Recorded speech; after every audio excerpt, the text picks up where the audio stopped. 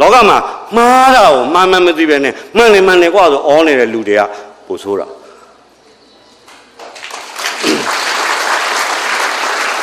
နောက်ပြန်ကြည့်လိုက်တော့နေစရာတဲမရှိတော့ပြောချင်တာကချမ်းလို့ဆိုပြီးတော့ချမ်းတာလောက်နဲ့ကိုနေတဲ့အဆောက်အုံကိုဖျက်ပြီးမိလောင်ရတဲ့တောင်သူကြီးဒီနေ့ကျွန်တော်တို့တက်တော်တွေဒီနေ့ကျွန်တော်တို့မြစ်တွေအဲ့ဒီကြပြားတွေကတဲလို့မဖြစ်ဖို့ရေးကြည့်ပါအဲ့ဒီကြပြားဟာအဲ့ဒီထဲမှာမနေပဲနဲ့နော်ကျွန်တော်တို့အပြင်လောကဒီနေ့ထိရောက်လို့ဗမာပြည်ကလူငယ်တွေအဲ့ဒီလိုရေလွှမ်းခံနုံအနက်ခံနေရတဲ့တစ်ပင်လိုမျိုးအဖိနှိပ်ခံနေရရင်လေတပင်ဖားရလူငယ်များလီမျက်နာကန်ဇက်ရက်နေသလိုမျိုးမိုးမခပင်တွေလူပဲပဝင်းကျင်ဟင်းလင်းဖြစ်ချင်းတွင်မြစ်ရေမကြီးချင်းတွင်လည်းရေမကြီးနိုင်တော့ပါဘူးရွှေသည်အဲ့ဒီမှာတူးနေတဲ့ရွှေတွေနော်ရွှေသည်ရေကြီးကိုနောက်စေလေရွှေကြောင့်ရွှေလိုချင်တဲ့လောဘကြောင့်ကျွန်တော်တို့ချင်းတွင်မြစ်ရေတွေနောက်သွားပါပြီဒါပေမဲ့နော်မြန်မာတယောက်ကအလွမ်းကိုကျွန်တော်ဖွဲ့ကြည့်ပါတယ်ဘယ်တောင်ကြည့်တရိယာခြင်းတွေးတိုင်းမြင်ရဲ့တို့ရင်တွေကပုပ်ပါတောင်ကျွန်တော်တို့တပတ်တစ်ခါ excursion ထွက်ပြီးတော့ကျွန်တော်တို့လှည့်ပြတယ်ဗျပြတဲ့ချိန်မှာတရုတ်နိုင်ငံရဲ့အင်တာနက်ကြီးတဲ့ဒါဘာတောင်ဟိုတောင်ဒီတောင်နဲ့အဲ့ဒီတို့ပြောတိုင်းကျွန်တော်ရင်ထဲမှာကျွန်တော်ပုပ်ပါပဲသတိရတယ်ငါတို့မှာပုပ်ပါရှိတယ်အဲ့ပုပ်ပါကိုကျွန်တော်သတိရနေတယ်နောက်တစ်ပိုက်ကိုဘယ်မြစ်တွေ့အောက်မေ့နေခြင်းလွမ်းတိုင်းမြင်ရဲ့တို့ရင်တွေကအေယာဝတီကြာချန်စီမြစ်အဲ့ဒါကတော့ဗာမြစ်ညာမြစ်အများကြီးလိုက်ပြတယ်ဒါပေမဲ့ကျွန်တော်တို့ကမြစ်တွေ့တိုင်းကျွန်တော်တို့လွမ်းတာကျွန်တော်တို့သတိရတာအေယာဝတီပဲဗျနောက်တစ်ပတ်ဘယ်နေရာရှိတန်တမိခြင်းပြန်ရောက်ခြင်းရဲ့တို့ရင်တွေကပကံပြီကျွန်တော်ဘယ်နေရာပုတ်ဘယ်ရောက်ကျွန်တော်ပကံရောက်တော့မကျင်နိုင်ပါဘူးကျွန်တော်နောက်ဆုံးပိုက်မှာဒီလိုရေးပါတယ်ပုပ်ပါအေယာဝတီပကံပြီနှလုံးသားရှိသူများလေတို့တွေရွှေမြမာများဖြစ်ပါ၏ကျွန်တော်ပြောချင်တာကျွန်တော်တို့ဗမာမှန်ရင်ကျွန်တော်တို့ခြေတန်းမှာပုပ်ပါရှိတယ်အေယာဝတီရှိတယ်ပကံရှိတယ်မြင်မကောင်းအောင်လို့တစ်တော်တို့ဆင်းရပေမည်အဲ့တစ်တော်တို့ဆင်းရပေမည်ဆိုတာအကြောင်းလိုက်ကိုပြောကြံခဲ့တယ်ဗျာနော်ဒါလူတိုင်းသိပါနော်တစ်တော်တွေဆင်းနေမှာကျွန်တော်တို့မြစ်တွေမကောင်းဘူးဘာဖြစ်လဲဆိုရင်နောက်ကဆရာတွေပြောပြလိမ့်မယ်နော်ကျွန်တော်အရေးအမြတ်ပြောပြမယ်ကျွန်တော်တို့နိုင်ငံရဲ့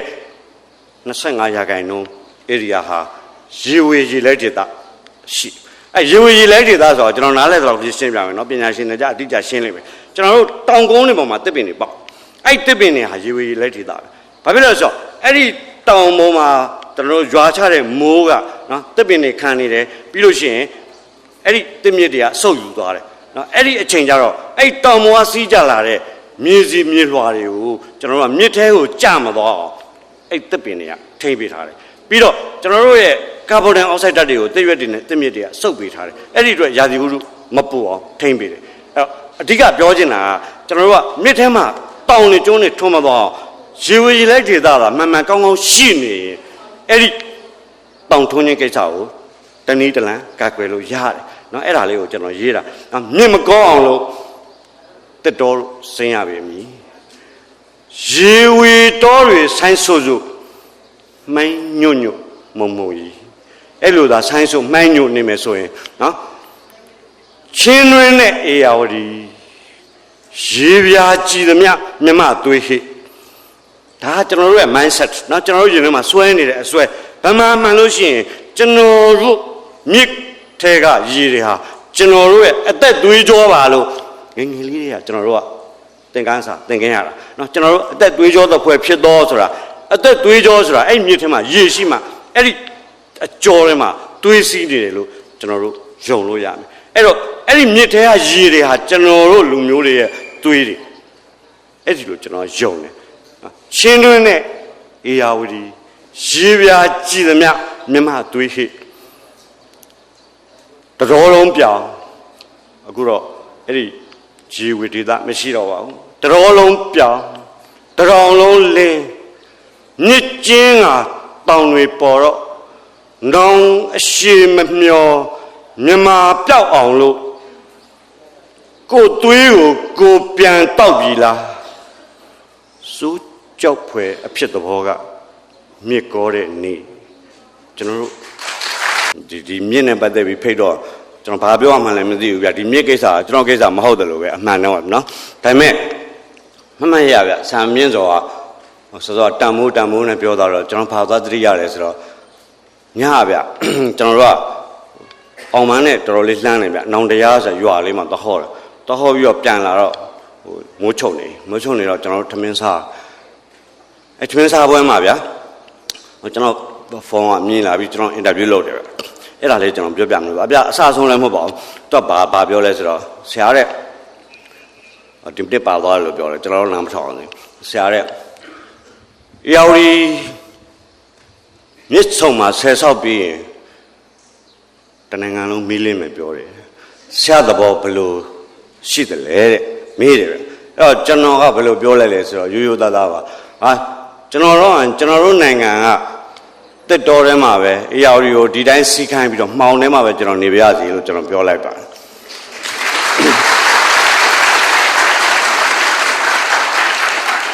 အဲ့ဒါကိုအဲ့ဒီစကားကျွန်တော်အလိုလိုဘာလို့ထွက်လဲဆိုတာလေးကိုကျွန်တော်ပြန်သုံးသပ်ပြခြင်းလို့ပါအခု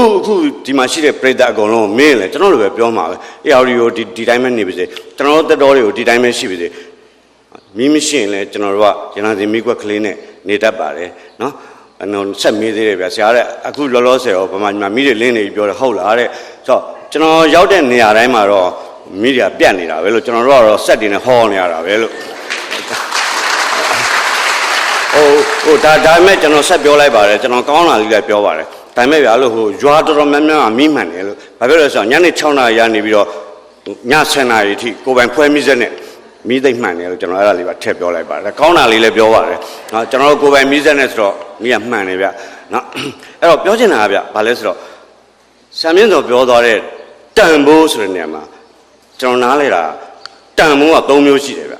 နံပါတ်1ကပဂတိတန်ဖိုးတဲ့ပဂတိတန်ဖိုးဆိုတာဗျာဒါပဏ္ဍကြတန်နဲ့ဘယ်လောက်တန်တယ်ပေါ့ဗျာအဲ့ဒါပဂတိတန်ဖိုးပေါ့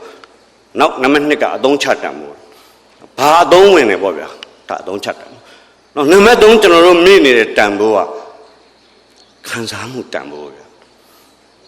ဥပမာဗျာဒီလက်ကင်မှာတစ်ထည်ကိုဗျာဥမာ2ကြက်ပေးရ20ပေးရမယ်200ပေးရမယ်ထားပါတော့နော်ထားလို့ချင်းအဲ့ဒါဟာပဂတိတန်ဖိုးအဲ့ဒါကျွန်တော်ချွေးကြရင်တုတ်လို့ရတယ်ဗျာဒါအသုံးချတန်ဖိုးခံစားမှုတန်ဖိုးဆိုတာကျွန်တော်ကောင်မလေးတော့ကပေးလိုက်လို့ကျွန်တော်အမျက်တုံးထားရဲဆိုရင်ကျန်တဲ့တန်ဖိုးနဲ့မတူတော့ဘူးဒါကျွန်တော်ခံစားမှုတန်ဖိုး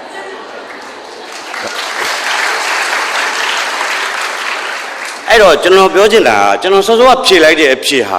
ကျွန်တော်ခံစားမှုတန်ဖိုးနဲ့အေယာဝတီကိုတွက်ပြီးကျွန်တော်ဖြေလိုက်တာအဲ့တော့ကြံတဲ့နိုင်ငံတွေကြံတဲ့လူမျိုးတွေကအေယာဝတီကိုမြစ်တစင်းလို့ပဲမြင်လိမ့်မယ်ကျွန်တော်မြန်မာတွေအဲ့လိုမြင်လို့မရဘူးဗျကျွန်တော်တို့မှာခံစားမှုရှိတယ်အဲ့ဒီခံစားမှုတန်ဖိုးနော်ကျွန်တော်မြန်မာတိုင်းနားလေတဲ့နော်အဲ့လိုပဲကျွန်တော်တော့သဘောပေါက်ပါတယ်အဲ့တော့ကျွန်တော်ကဒီနေ့အေယာဝတီကိုကယ်ပါဆိုတော့ကိုတော်ကယ်လို့မှအနိုင်အေယာဝတီကိုဘယ်လိုသွားပြီးတော့ကယ်မလဲဆိုစဉ်းစားရင်းနဲ့ကျွန်တော်ကကိုကောင်းစဉ်ကိုပေးပြီးတော့ကျွန်တော်ဒီနေ့ပြောမယ့်ကောင်းစဉ်ကအေယာဝတီတော့ပါမှာပေါ့ဗျာဒါပေမဲ့ကျွန်တော်ကရေဘူးရကြောက်အောင်ကျွန်တော်ကောင်းစဉ်ပေးထားပါတယ်ကျွန်တော်နဲ့မြင့်များလို့ပေးထားတယ်ဗျကျွန်တော်နဲ့မြင့်များဆိုတဲ့ကောင်းစဉ်နဲ့ကျွန်တော်ဟောပါမယ်ဘာဖြစ်လို့လဲဆိုတော့ကျွန်တော်ကအဲ့ဒီကိစ္စပေါ်လာတော့မြစ်ကိုကျွန်တော်ဘယ်လောက်စိတ်ဝင်စားလဲဆိုတော့ကျွန်တော်ပြန်ပြီးကိုယ့်ကိုသုံးသပ်တာပေါ့ကိုယ့်ကိုသုံးသပ်လို့ရှိရင်ဗျာကျွန်တော်တို့ဇာရေးတဲ့သူတွေမှာသုံးသပ်ဆရာကျွန်တော်တို့မှာခြေရာတွေရှိတယ်ဗျဘာဖြစ်လဲဆိုတော့ကျွန်တော်တို့ရေးခဲ့တဲ့စာတွေအဲ့ဒီစာတွေထဲမှာအေယာဝတီနဲ့ပတ်သက်လို့မြစ်တွေနဲ့ပတ်သက်လို့ကျွန်တော်ဘယ်လောက်စိတ်ဝင်စားရှိလဲကျွန်တော်ဘာတွေရေးခဲ့လဲအဲ့ဒီကိစ္စကိုကျွန်တော်ဒီနေ့အကျဉ်းချုပ်ပြီးဆွေးနွေးပါမယ်အဲ့တော့အခု9နာရီထိုးပြီဗျနော်6နာရီပတ်ဝန်းကျင်လောက်နော်တနာရီတဲ့မပိုအောင်လို့ကျွန်တော်စူးစမ်းပြောပြပါမယ်အဲ့တော့ပထမဦးဆုံးကဗျဟိုကျွန်တော်မြင့်နဲ့ပတ်သက်ပြီးတော့မိုးမခပင်တွေဆိုတဲ့ဝိထုတပုတ်ကျွန်တော်ရေးဘူးတယ်ဗျ အဲ့မိုးမခပင်နေဆိုတဲ့ဝတ္ထုဟာ2ကြိမ်လား3ကြိမ်လားတော့မသိဘူးပဲပြန်ရိုက်ပြီးပြီအခုခေတ်ကလေးတွေတော့ဖတ်ချင်မှဖတ်ရမယ်နော်အဲ့ဝတ္ထုကိုကျွန်တော်ကမြင့်နဲ့ဘယ်လိုပတ်သက်ပြီးရခဲ့လဲဆိုတော့1980လောက်မှာအဲ့တရုတ်နိုင်ငံတက်တူတစ်ခုမှာကျွန်တော်သင်တန်း4လတက်ခွင့်ရတယ်ဗျအစိုးရအလုပ်ထက်ကနေသွားတက်တော့ကျွန်တော်တို့ထားတဲ့တက်ကတူကရန်စီမြစ်ကဘာမှာဗျရန်စီမြစ်နဲ့လှမ်းကြည့်လိုက်လို့ရှိရင်ဒီကနေဟိုကတ်တရလမ်းလှမ်းကြည့်လိုက်တော့မြင်ရအဲ့မှာကျွန်တော်တို့မှာအဆောင်ရှိအဲ့တက်တူရဲ့အဆောင်မှာကျွန်တော်4လနေခွင့်ရခဲ့အဲ့တော့အဲ့ရန်စီမြစ်ကိုဗျကျွန်တော်အခန်းပြတင်းကနေလှမ်းကြည့်ရင်မြစ်ကိုမြင်နေရအဲ့တော့ကြည့်တော့ဗောဗျာနော်မြစ်ကိုလှမ်းကြည့်တော့ကြည့်ကြတယ်တခြားဘာမှမရှိတာမြစ်ပဲရှိတော့မြစ်ပဲကြည့်တာဗောဗျာနော်ကြည့်တော့ဘာတွေ့လဲဆိုတော့ဗျာမြစ်ကအဲ့ချိန်မှာဗျာကျွန်တော်စပြီးတော့ရှောက်တဲ့အချိန်မှာမြစ်ကြီးကနင်းမြစ်နင်းတော့ဘေးမှာဗျာကျွန်တော်တို့ကနုံးနေနဲ့ဟိုတောင်သဘောမျိုးပေါ့နော်နုံးတင်မြင်မှုရှိအဲ့နုံးတင်မြင်မှုရှိတဲ့နေရာမှာညနေကျရင်ကျွန်တော်တို့ကအဲ့ဘက်ကမြစ်ကမ်းပါးကိုရောက်အောင်တရားလေးတစ်ခုရှိတယ်ဗျအဲ့ရနေဖြတ်ပြီးတော့ကျွန်တော်တို့ကလမ်းလျှောက်သွားတဲ့အခါမှာကျွန်တော်ဘာလို့စတွေ့လဲဆိုတော့အဲ့ဒီနုံးတင်မြင်မှုပေါ်မှာဗျအညောက်ကလေးတွေထွက်လာတာဗျအပင်လေးတွေဗျအပင်ပေါက်စာလေးတွေထွက်လာတော့ကျွန်တော်ကအဲ့ကျွန်တော်တို့တရုတ်စကားပြန်တငယ်ချင်းကိုကျွန်တော်မေးကြည့်တယ်အဲ့ဒါဘာပင်လေးလဲဆိုတော့အဲ့ဒါမိုးမခပင်နေတဲ့သူအဲ့လိုပြောတော့အော်ဒီတောင်ဆက်မှာမိုးမခပင်နေပေါက်တယ်ပေါ့နော်ကျွန်တော်အဲ့ဒီလိုပဲသဘောထားလိုက်အဲ့မိုးမခပင်လေးကကျင်းနဲ့ဗျအညောက်ကနေပြီးတော့တထွားနေတထောင်ဖြစ်လာတယ်ဗျဖြစ်လာတော့ဒီမိုးမခပင်နေဟာမကြခင်မှာအခက်တွေလက်တွေနဲ့ကြီးတော့မယ်လို့ကျွန်တော်ထင်တဲ့အချိန်မှာပဲမြည်ရည်တက်လာတယ်ဗျမြည်ရည်လည်းတက်လိုက်ကောမြည်ရည်တွေကအဲ့မိုးမခပင်နေအကုန်လုံးလွှမ်းသွားတယ်မြည်ပင်ကြီးကပြည့်သွားတယ်ပြည့်သွားပြီးတော့နောက်3နှစ်လောက်ကြာတော့တခါမြည်ရည်ပြန်ကျပြန်မြည်ရည်လည်းပြန်ကျရောစောစောကနုံးနေပြန်ပေါ်လာတယ်အဲ့ဒီနုံးတွေပေါ်မှာရှိတဲ့ကျွန်တော်မြင်ခဲ့တဲ့တောင်နီးပါးတထွားသားမိုးမခပင်နေမတွေ့တော့မြည်ရည်ကြီးတဲ့အချိန်တုန်းကတိုက်စားလာတဲ့နုံးတွေကသူတို့ဖို့သွားနုံးတွေအောက်ရောက်သွားတယ်အဲ့လိုနဲ့ပဲ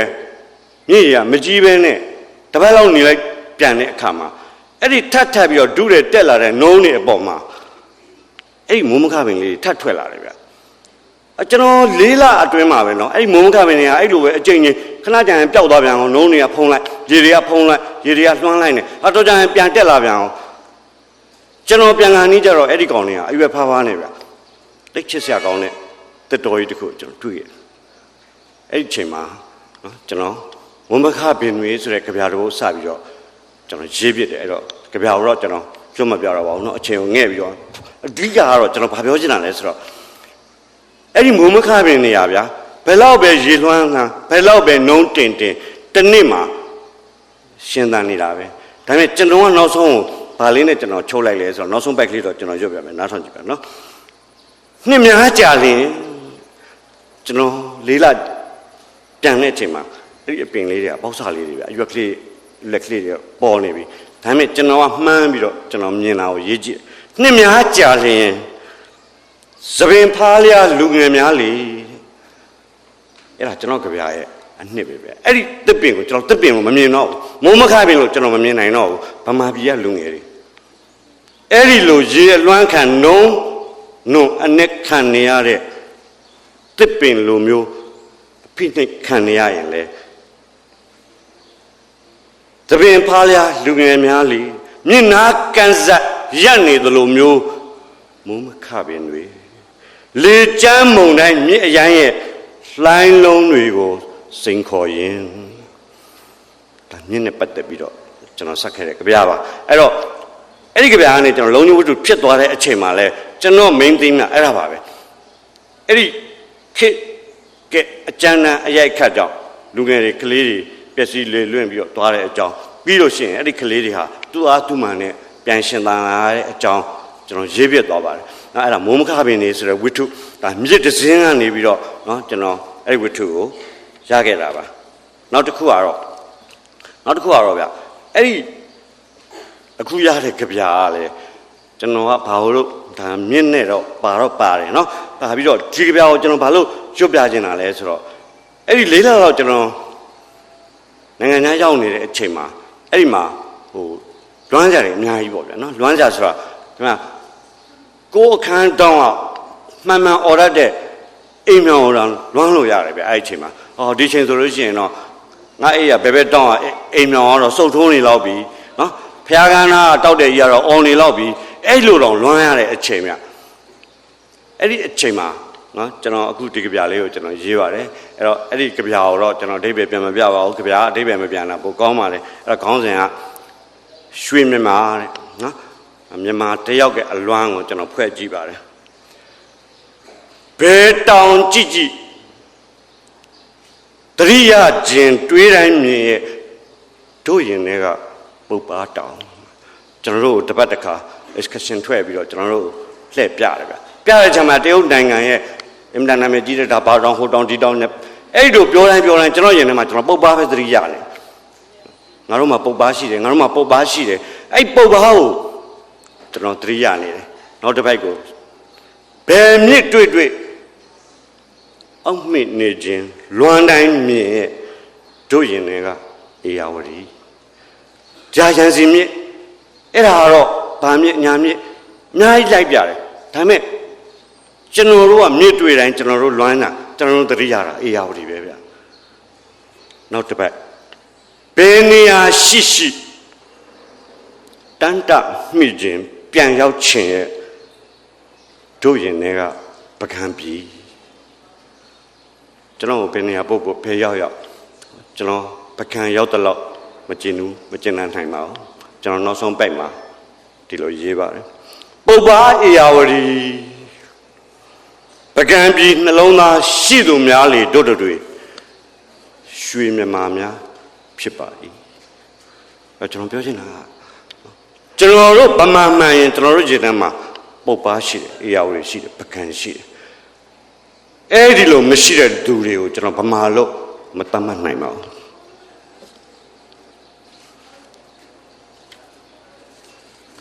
နောက်ကျွန်တော်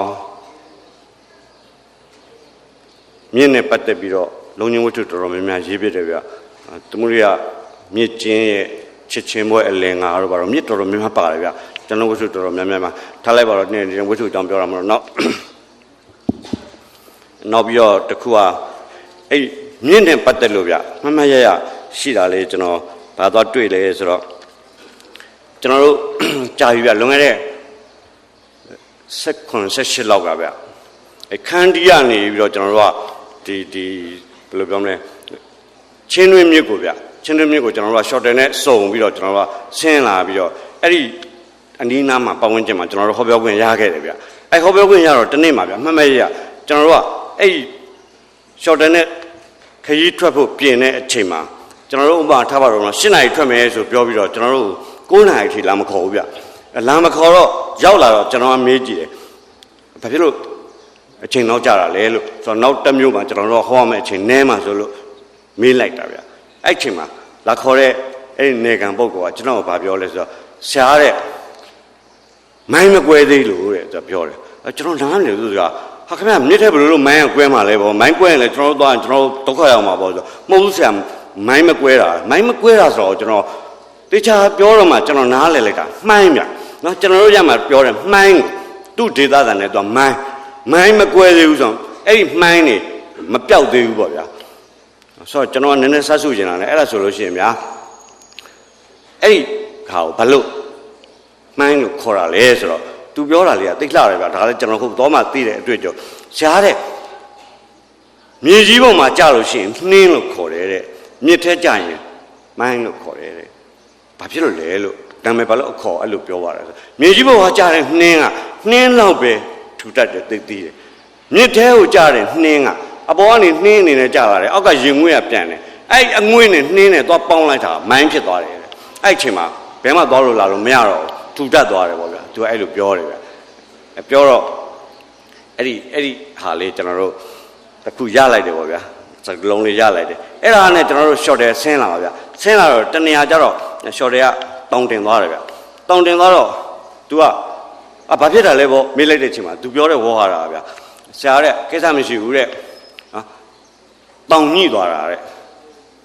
တောင်တင်သွားတာပေါ့နော်ကျွန်တော်ရက်ကဆိုတောင်ညှိသွားတာတဲ့ဘာလို့တောင်ညှိတာလဲလို့ထပ်ပြီးတော့ तू ကဘာပြောလဲဆိုတော့လှိုင်းထောင်လို့တောင်ညှိတာတဲ့အသိချစ်စရာကောင်းတယ်ဗျာနော်ဒါကျွန်တော်တို့တခါမှမစဉ်းစားမိတဲ့စကားဗျာဟာ မိုင်းမကွဲသေးဘူးလိုင်းထောင်လို့တောင်းညိတယ်ဆိုတော့ကျွန်တော်အဲ့စကလုံးတွေကိုကျွန်တော်ကကြပြရေးကျင်လာတယ်ဗျအဲ့စကလုံးတွေပါတဲ့ကြပြမျိုးကျွန်တော်ရေးကျင်လာတယ်ရေးကျင်လာတော့ဒီမှာအများစုလည်းသိပြီးသားပါနော်ကျွန်တော်ဒါလေးထပ်ပြီးပြောပြရစီကျွန်တော်တို့ရသစာပေဖန်တီးတဲ့သူတွေကဗျအဲ့လိုကျွန်တော်တို့တွေးလာတဲ့အတွေ့အကြုံကိုကျွန်တော်တို့ကဒုတိယတွေးဆိုပြီးတော့ဗျာsecond thought ပေါ့နော်တစ်ခုဆက်တွေးတယ်ဗျအဲ့တွေးပြီးတော့မှပုံဖော်လိုက်မှအဲ့ဒါကြပြဖြစ်သွားတယ်ဗျဖြစ်သွားတယ်ဥမာဇာတစာပေဆိုဝိထုဆိုလဲဝိထုဖြစ်သွားတယ်ပေါ့နော်အခုနကကျွန်တော်မိုးမခပင်နေဗျာမိုးမခပင်နေကိုမိုးမခပင်နေအကြောင်းပဲကျွန်တော်ပြောလို့ရှိရင်ဒါကျွန်တော်တို့ခေါင်းထဲထည့်ပြီးတော့တုတ္တဖြစ်မယ်အဲ့မိုးမခပင်နေကိုအဲ့ဒါလူငယ်လေးတွေပါလားလို့မြင်လိုက်တဲ့အမြင်တွေးလိုက်တဲ့အတွေးကဇာတစာပေဖြစ်ဖို့ဒုတိယတွေးဗျအခုလေသူပြောတဲ့ဒီလှိုင်းထောင်တာတွေတောင်ညိတာတွေကကျွန်တော်ရင်ထဲဝင်လာတဲ့အခါမှာကျွန်တော်ကအတွေးတစ်ခုရပြီးတော့ကျွန်တော်ကအဲ့ဒါကိုကြပြတစ်ပုဒ်ရေးပြပါတယ်အဲ့ဒါလေးကိုနင်းနားထောင်ကြည့်ပါခေါင်းစဉ်ဟာလှိုင်းရိုက်လေလူဘဝမြစ်တစ်စင်းရဲ့ကျွန်တော်တို့ချင်းတွင်းမြစ်ထဲစုံလာတာဗျာဒါပေမဲ့ကျွန်တော်ရေးတော့ဒါချင်းတွင်းမြစ်ကိုကျွန်တော်ဘဝဆိုတဲ့မြစ်လို့ကျွန်တော်စိတ်ထဲမှာအဲ့လိုတင်သားသွားမြစ်နော်ဘဝမြစ်တစ်စင်းရဲ့ချစ်ချင်းဆိုတဲ့လေပေါ်မှာကျွန်တော်တို့လာတာရိုးရိုးလေမဟုတ်တော့ဘူးနော်အချစ်ဆိုတဲ့လေနော်ဘဝဆိုတဲ့မြစ်ထဲမှာအချစ်ဆိုတဲ့လေပေါ်မှာကျွန်တော်နှစ်ယောက်ဆိုကျွန်တော်လည်းဘယ်သူမှမသိဘူးပေါ့နော်ကျွန်တော်လည်းဟုတ်ချင်မှာဟုတ်မှာပေါ့နော်ကောင်လေးနဲ့ကောင်မလေးပေါ့ဗျာနှစ်ယောက်ဒါမှမဟုတ်လို့ရှိရင်ကောင်လေးဆိုလည်းကောင်လေးနှစ်ယောက်ကောင်မလေးဆိုလည်းကောင်မလေးနှစ်ယောက်ပေါ့ဗျာလူနှစ်ယောက်ပါလာတယ်အဲ့ဒီဘဝဆိုတဲ့မြစ်ထဲကအချစ်ဆိုတဲ့လေပေါ်မှာ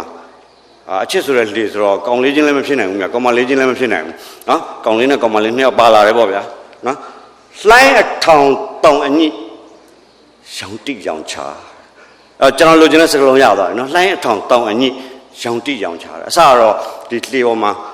ပျော်မျိုးပြီးတော့ရင်ငိမ့်နေတော့မှနောက်တစ်ခါအဲ့လှိုင်းလိုက်ထောင်လိုက်တော့တောင်သွားလဲညိရောဒုတိယပိုက်မှာနော်လှိုင်းအထောင်တောင်အညိရောင်တိရောင်ချာဘာလို့အောင်မှမသိတော့ဘူ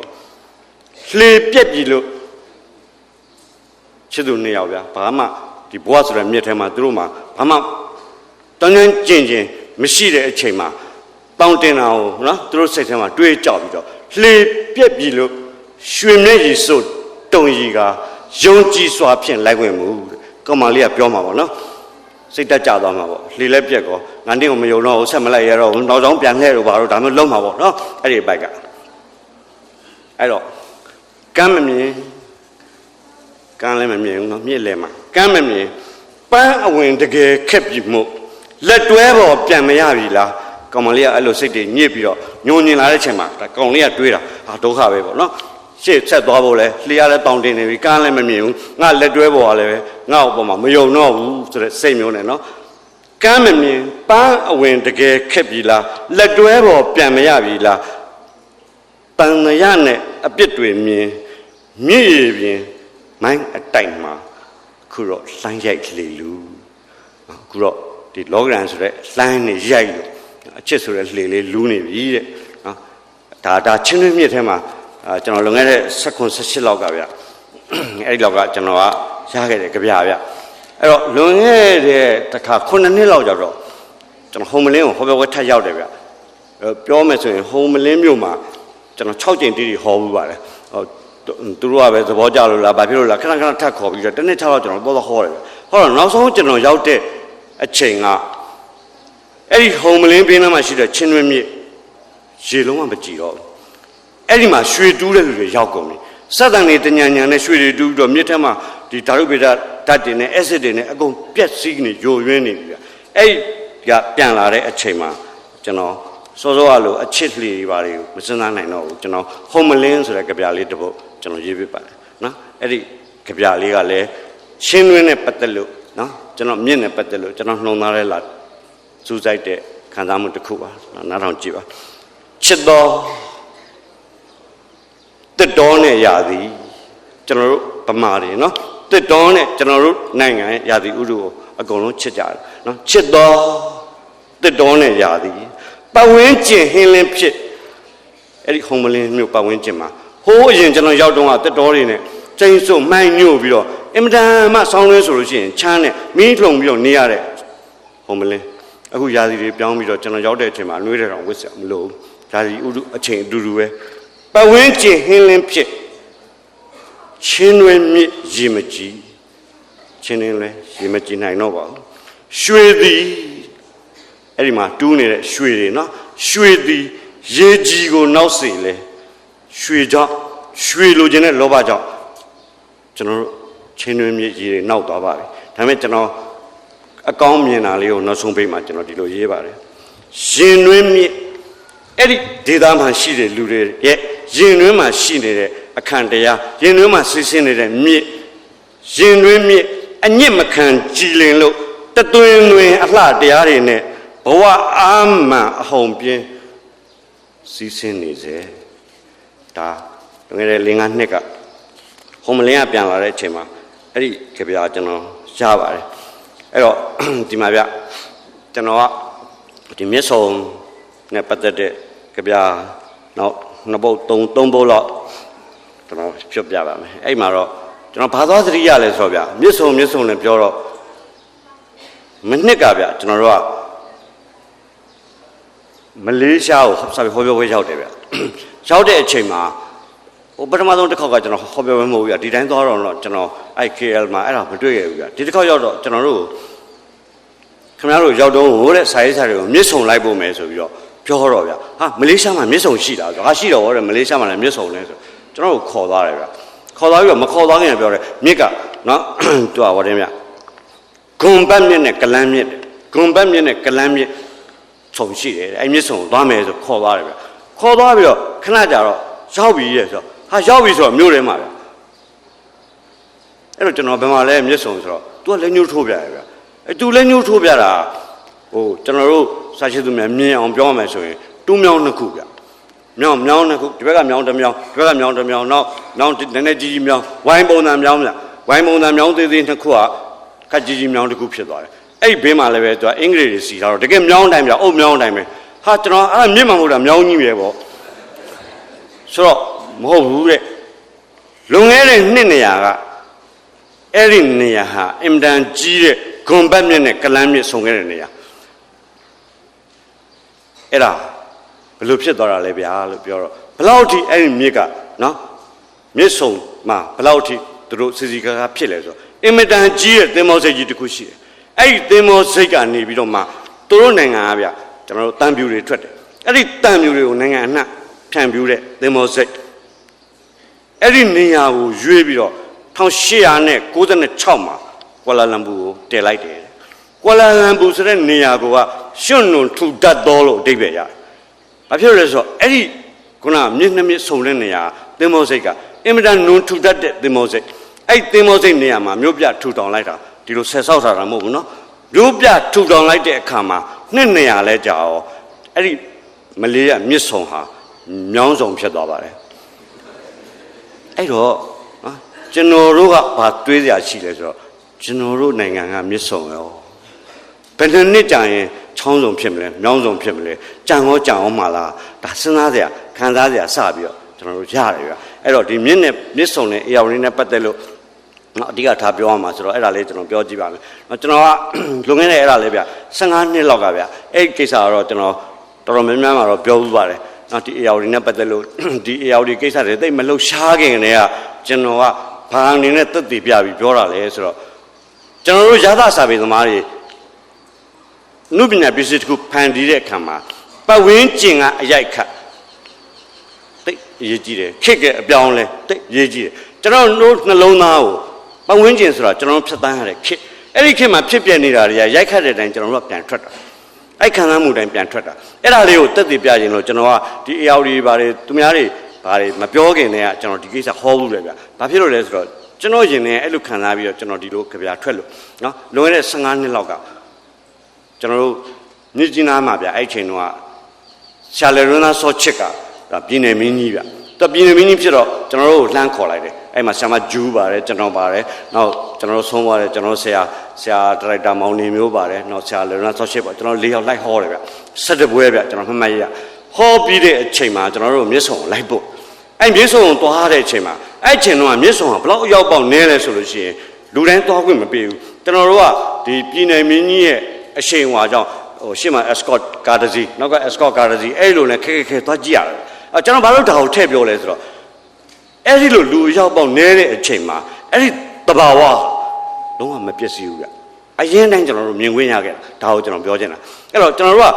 ဒီတွန်းတန်ဖဲတို့ဘာလို့လွန်ပြီးတော့မြင်လဲရပြီဆိုရဗျအင်တန်တိတ်ကြည်တွန်းကြကောင်းတယ်ဒီတော့မှရှိတယ်90%လောက်ကမြစ်ဆုံရောက်ဖူးချင်းရောက်ဖူးမယ်မရောက်ဖူးရင်တောင်မှတို့ပုံနေထဲမှာတွေ့မယ်ဒါမှမဟုတ်ဒီတပ်ပုံနေထဲမှာတွေ့မယ်ဒါမှမဟုတ် TV တွေဘာတွေထဲမှာမြင်မှုမှာပဲကဲအဲ့မှာဗျာတောင်ကြီးကညှို့ပြီးတော့ကျွန်တော်တို့ရှမ်းယုံမနောက်ယုံမအဲ့လိုယုံမလို့တောင်အင်ခိုင်ဘုံဆိုတဲ့တောင်ဗျအဲ့အင်ခိုင်ဘုံဆိုတဲ့တောင်နဲ့ဘလို့မှမဝေဘူးတောင်ချင်းမှာကက်ရက်မှာအဲ့ဒီမေခနဲ့မလိခါလို့လာဆုံးတာဗျအခုတော့ဆံမြင့်စောပြောတဲ့အထက်မှာပါတယ်နော်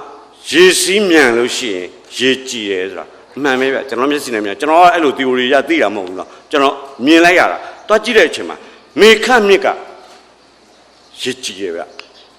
ဆံမြင့်စောပြောသလိုပဲသူကရေစီးတန်လာမှသူ့ကိုအဲ့ဒီမှာမြစ်ဆိုးလို့သူတို့ကချင်ပါလာနဲ့ခေါ်တယ်သူကမြစ်ကကြမ်းလို့ရေစီးတာကြမ်းလို့နော်မြစ်ဆိုးတယ်သူကအဲ့နောက်ဟိုဘက်ကမလိခကျတော့သူကရေနောက်တယ်ဗျရေနောက်ပြီးတော့ရေကမကြည်တော့ဘူးဗျနောက်ခုနကြည်တဲ့မြစ်ဆိုလို့ရှိရင်ကျွန်တော်တို့ကအကုန်လုံးကြည့်လိုက်လို့ရှိရင်ဗျကြောက်ကလေးတွေငါးလေးတွေရှိမြင်ရတယ်ဗျအဲ့ဒီမှာဒေသမှာရှိတဲ့သူတွေကဗျာဝချုံလေးတွေနဲ့ထိုးပြီးတော့ကျင်ပြီးတော့ငါးကင်လေးတွေရောင်းအင်တာမှကြည်နူးကြသိကောင်းလေဗျအဲ့မြင်မင်းကိုတွေ့တော့နော်စောစောကဒါကျွန်တော်တို့ဓာတ်သမားရဲ့အကျင့်တိုင်းပေါ့ဗျာဒုတိယတွေးဆိုတာထပ်ဝင်လာတယ်အဲ့ဒါကိုမြင်တော့ကျွန်တော်ကဘာသွားတွေးလိုက်လဲဆိုတော့ဟိုဘက်ကခက်တန်းခက်ရမ်းစီးလာတဲ့မေခဒီကောင်ကိုကချင်လိုအင်မန်ခလို့ခေါ်တယ်အဲ့အင်မန်ခဆိုတဲ့ကောင်ကနော်ကောင်လေးလို့ကျွန်တော်စိတ်ထဲထင်တယ်ဘာလို့ဆိုတော့ကျန်းရမ်းဆိုလို့သူ့ character ကျန်းရမ်းဆိုတော့ကျွန်တော်ဒါကောင်လေးပဲဖြစ်မှာပေါ့နော်ဟိုဘက်ကစီးလာတဲ့ခက်နုံနဲ့စီးလာတဲ့မလိခအဲ့ဒီကောင်ကဗျာရေသာနောက်တာသူ့ကိုခေါ်တော့မြစိမ့်မြစ်တယ်ဗျနော်နန်ကွီယူလို့ခေါ်တယ်မြစိမ့်မြစ်တယ်အဲ့တော့မမြစိမ့်ပေါ့ဗျာနော်ဟိုဘက်ကောင်လေးကတော့ကြိုက်တဲ့နာမည်ပေးပေါ့နော်အဲ့ကောင်လေးနဲ့အဲ့ဒီမမြစိမ့်နဲ့ဒီတောင်ကြီးမှာလာတွေ့တာနော်လာတွေ့ပြီးတော့တောင်းနဲ့ချက်သွားကြတာကျွန်တော်စိတ်ထဲအဲ့လိုတွေးတာဗျချစ်ပြီးတော့မှနောက်ဆုံးဒီကောင်လေးလွန်ကျူးတွေပါဖြစ်နောက်မဖုံးနိုင်မဖြစ်နိုင်နေဖြစ်ပြီးတော့မှ ARD ထွက်လာတာလာဟုတ်တာမဟုတ်တာကျွန်တော်တို့ကအဲ့လိုပေါက်ရတွေးတာပေါ့နော်အဲ့လိုတွေးနေတဲ့အချိန်မှာဆရာလေနာသောချစ်ကကျွန်တော်နာရောက်ဗာပြောတယ်ဆိုတော့မင်းကွာတဲ့ငါ့ကိုကြပြလေးတစ်ပုတ်ရေးပေးပါတဲ့ဒါကိုကြပြလေးအကိုလို့ဆိုဒီမြစ်ဆုံကြပြတဲ့ဒါဖြစ်လို့လဲဆိုရင်နဲ့ငါမြို့ကြီးသားမှာရှိတော့မှ postcard မှာအဲ့ကြပြလေးသုံးနေတယ်ကွာတဲ့ဆိုတော့ကျွန်တော်ကပြောတယ်ကျွန်တော်အခုအတွေးလေးတစ်ခုရထားတယ်ပြန်ရောက်ရင်ကျွန်တော်ရေးပေးပါမယ်ပေါ့ကျွန်တော်မဟုတ်ဘူးကွာတဲ့အခုချက်ချင်းကြည့်ပြီးချက်ချင်းရေးတယ်ဟာကျွန်တော်အဲ့လိုတစ်ခါမှမရေးဘူးဗျမရေးဘူးတော့မဟုတ်ပါဘူးကွာတဲ့ရေးကြည့်စမ်းပါတဲ့မကောင်းတော့လည်းပဲမသုံးဘူးပေါ့ကွာတဲ့ကောင်းတော့လည်းသုံးတာပေါ့ဆိုတော့ကျွန်တော်စူးစမ်းကြည့်မယ်ဆိုပြီးတော့ကျွန်တော်ကြပြလေးတစ်ပုတ်သူ့ဆရာဘောပန်နဲ့စာပြန်နဲ့တောင်းပြီးရေးလိုက်တယ်ဗျနော်အခုကျွန်တော်ရုပ်ပြန်ပြန်ကြပြအဲ့ဒီမြစ်ဆုံအရန်လှလုံးလုံးကျွန်တော်နှလုံးသားထဲမှာလှုပ်ခတ်ပြီးတော့ထွက်လာတယ်ကြပြနော်ခုနအကြောင်းကိုကျွန်တော်ရေးဟိုဘယ်လိုပြောလဲခုနပြောပြတဲ့ဒုတိယတွေးလေးကိုကျွန်တော်ရေးမယ်ကြပြအဲ့ဒါလေးနားထောင်ကြည့်ပါနော်မေခနဲ့မလိခဆုံးမိကြဒီမှာ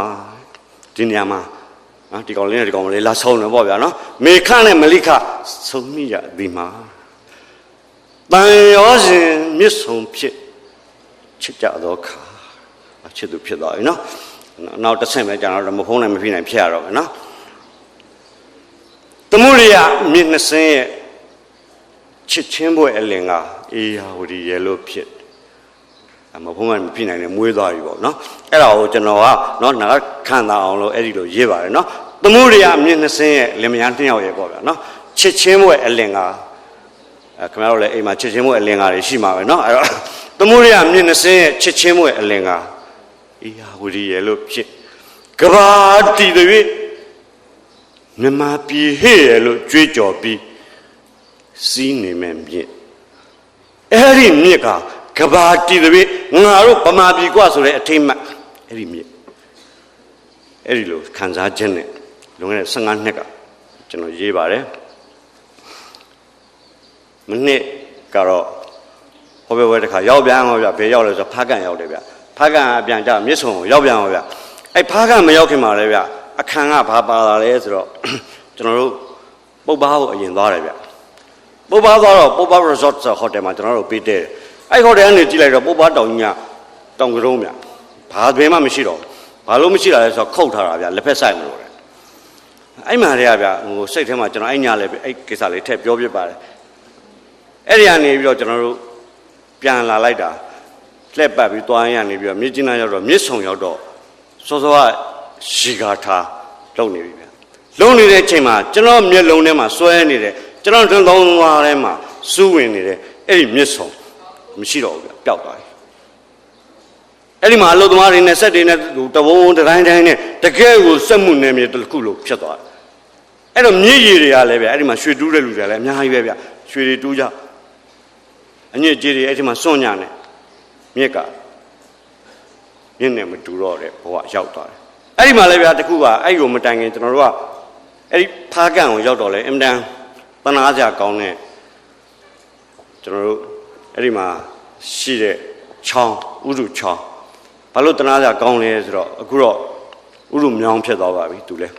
ဖြစ်ပြီးတော့မှဗျသူခင်ဗျတနာကိုဘာလို့ကောင်းလဲဆိုတော့ तू ကဒီတိုင်းစီးနေဆို तू စီးတဲ့တက်တယ်မှာဗျအဲ့ဒီကုမ္ပဏီကနေပြီးတော့ဗျမြေကြီးတွေဖို့လိုက်တယ် तू ကလိုင်းတောင်ပြောင်းပြီးဟိုဘက်ပတ်စီးပေးတယ်စီးပြီးလိုက်ရင်ဟိုဘက်ကထပ်ဖို့လိုက်တယ်နောက်တော့အဲ့ဒီကောင်ဘယ်စီးရမှန်းမသိဘူးဗျလမ်းပြောက်ကုန်အဲ့တော့တိတ်တေးကြတာမိုးလဲရွာရောဘာကန်တစ်မျိုးလုံးရေနစ်တာပေါ့ဗျအဲ့ဒါတွေတွေ့လာတယ်တွေ့လာပြီးရန်ကုန်ပြန်ရောက်တော့ဗျဘာသွားတွေ့လဲဆိုတော့တနေ့တော့ဗျနည်းနည်းကျွန်တော်ကမနေ့ဆိုရင်ဗျ6 နာရီလောက်ကျွန်တော်ဘယ်ရောက်ကျွန်တော်ထအဲ့ရနိုးပြီးတော့ကျွန်တော်လမ်းလျှောက်တယ်ဗျလမ်းလျှောက်ပြီးကျွန်တော်လက်ဖေးဆိုင်ရောက်လို့ရှိရင်အဲ့လက်ဖေးဆိုင်ကကျွန်တော်ကိုဂျာနယ်တစ်စောင်နဲ့သတင်းစာတစ်စောင်ကျွန်တော်ပေးဖတ်တယ်ဗျတနေ့ကျတော့ကျွန်တော်မှတ်ရဗျဘာလို့မှတ်ထားလဲဆိုတော့ဟိုရင်ထဲရောက်လာလို့ကျွန်တော်အမှတ်မထင်ကြည့်လိုက်လို့အဲ့ဒါဂျာနယ်ဗျ11ဂျာနယ်ဗျမေ9 ရက်နေ့မှာထုတ်တယ်ဗျအဲ့ဂျာနယ်ထဲမှာဘာပါလာလဲဆိုတော့ကျွန်တော်တို့နိုင်ငံကတစ်တွေခုတ်ပြီးတော့တစ်ဖက်နိုင်ငံကိုမပို့တော့ဘူးတဲ့အဲ့စာကြောင်းကြီးဖတ်လိုက်တော့ဟာအင်မတန်ကျဉ်းသွားတော့ဗောနော်အင်မတန်ကျဉ်းလို့ကြကောင်းတယ်ဗျဘာဖြစ်လို့လဲဆိုတော့ကျွန်တော်တို့ကတွေ့နေတာမနေ့ကတော့တွေ့သေးတယ်မနေ့ကတော့ကျွန်တော်တို့ကအဲ့ဒီနောင်တရားကနေပြီးတော့ပြန်လာတဲ့အချိန်မှာဗျတစ်ကားတွေအစီလိုက်ဖြတ်ထွက်တယ်တော့ဟာတစ်ကားတွေများလာကြလားဆိုတော့ဟာဆရာညနေအစပဲရှိသေးတယ်တညလုံးထွက်မှာတယ်တိတ်ကမထွက်ဘူးအဲ့ကောင်တွေကဘာဖြစ်လို့လဲတော့ကျွန်တော်လည်းမသိဘူးနော်အဲ့တော့အဲ့ဒါတွေတွေ့တာမြင်ထားပြီးတော့မှဗျာဂျာနယ်ထဲမှာစရေးလိုက်တာဟာကျွန်တော်တို့နိုင်ငံအစ်တွေမခုတ်တော့ဘူးပဲဆိုတော့ဟာတဲဟုတ်ပါလားဗောနော်ဆက်ဖတ်ကြည့်တော့မှအမြစ်ကနေတိုးယူနေပြီတဲ့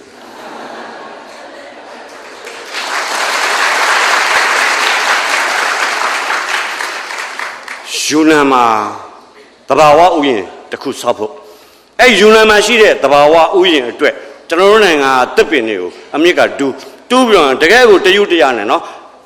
လိုက်ပို့တဲ့သူတွေကအခုကျွန်တော်ပြန်လာတဲ့ဟဲဟိုးတို့အဲ့နာ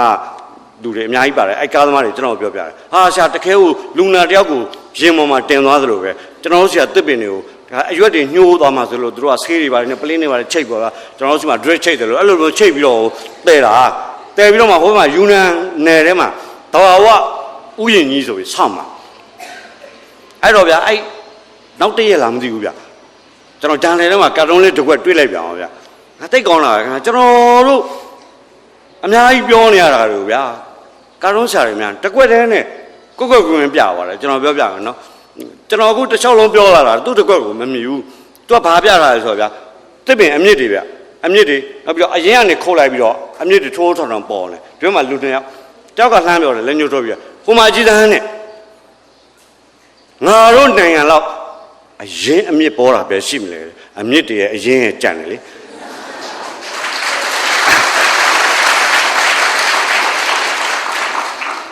အဲ့တော့နောက်တစ်ကောင်ထပ်ပြောပါတယ်အားပေးရှာပါတယ်အပေါ်ပိုင်းတွေကသူများနိုင်ငံရောက်သွားပြီနော်အဲ့တော့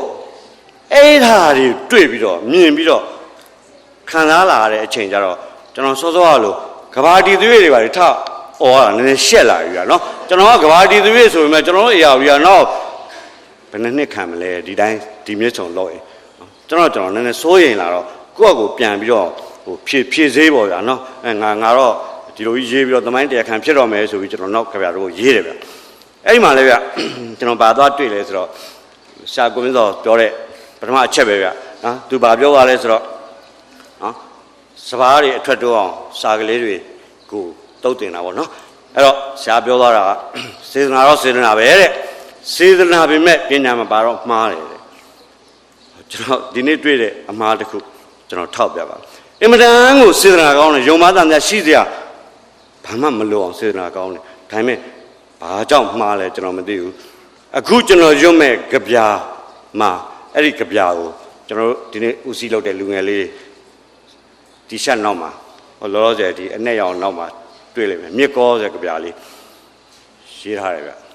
ကျွန်တော်လည်းခွင်တောင်းတယ်ကျွန်တော်လည်း GPU လောက်ပါပြောလိုက်တယ်ပြီးတော့အလွန်စနစ်ကြတယ်ကျွန်တော်ဖုန်းလေးကလှမ်းပြီးတော့တိုက်ပေးသေးတယ်အဆရာတေချာဖတ်ကြည့်ပါအောင်ကျွန်တော်ရိုက်တော့မှာနော်တစုံတရာမှားမှာဆိုလို့အဲ့လိုစေတနာကောင်းပြီးတော့ရိုက်လိုက်တာတချောင်းပြုတ်ကြံခဲ့တယ်အဲ့တော့ကျွန်တော်ဒီကြပြရွတ်ပြီးရင်အဲ့ဒီတီရှပ်ပိုင်ရှင်များဘောပယ်နဲ့မြားထိုးပြီးတော့အဲ့စာကြောင်ထည့်လို့ရှိရင်လည်းထည့်ပေါ့နော်မထည့်ခြင်းလည်းကောင်းတာပါဗျကျွန်တော်တို့ကမှားတာကိုမှားတယ်လို့သိရင်ဟောဒါမှားနေပါလားလို့ပြန်ပြင်ခွင့်ရှိတယ်ဘာဖြစ်လို့လဲဆိုတော့အခုကျွန်တော်တို့တီရှပ်100ရိုက်ထားတယ်ဗျာစာကြောင်မပါတဲ့အမှားနဲ့ရိုက်ထားတယ်ကိစ္စမရှိဘူးနောက်100များထပ်ပြီးရိုက်ချင်တယ်ဆိုလို့ရှိရင်ဒီဟာမှားနေမှသိရင်ကျွန်တော်တို့မှန်တာကိုရောက်တာပေါ့လောကမှာမှားတာကိုမှန်မှန်မသိပဲနဲ့မှန်တယ်ကွာဆိုအောနေတဲ့လူတွေကပိုဆိုးတာ